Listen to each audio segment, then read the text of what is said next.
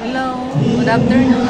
Ma'am Shilala, maingay dito. Puno na yung sports complex. Yung pangalan ko naman yung nawawala. Talaga naman. Tingnan mo na Ma'am Shilala. Puno. Punong-puno. Ay, kabayo. Puno talaga. Yun lang problema, yung pangalan ko yung nawawala. Wala ako sa lista sa payroll daw. Ay, ganun pa rin ka, Ma'am Shilala.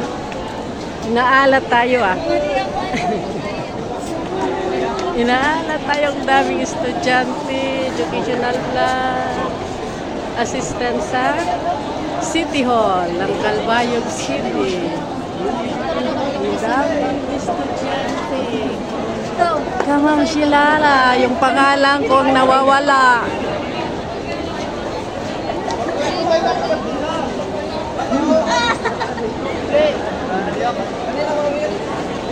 Kitang-kita.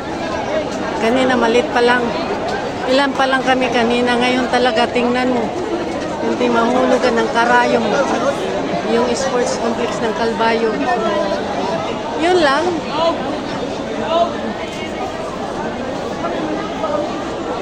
Wala yung pangalan ni Ma'am Shilala. Wala talaga. Sorry na lang po. Babalikan na lang ako bukas sa treasurer. Ay, nako. Inaalat ba naman ang buhay natin ngayon? Tuition na sana, naging bato pa. Kalimutan daw yung pag-include yung pangalan ko sa payroll, kaya wala. Bukas na lang. Sana mama. Sana Ma'am Shi. Mga Ma'am Shilala, sa dami ng estudyante talaga. 20 barangays yata ang kasali dito ngayon.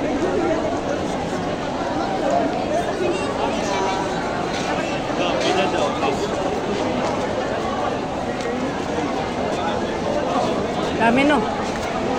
Daming mga estudyante. College to. Educational assistant ng college. Baba muna ako kasi hindi ako kasali sa payroll Wala. Hindi ako napasali bukas. Subukan ko daw doon sa treasurer kung makakasali kasi yung pangalan ko. Doon nga itong papel ko Kaya lang, wala doon sa pasahod ngayon. Hindi pasahod. Pero lang naman. Ang tawag doon. Sports center ito. Ay, nako. Ma'am Shilala, minamalas talaga tayo.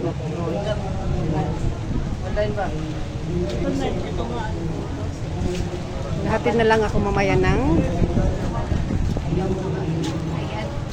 order sa akin na homemade soup.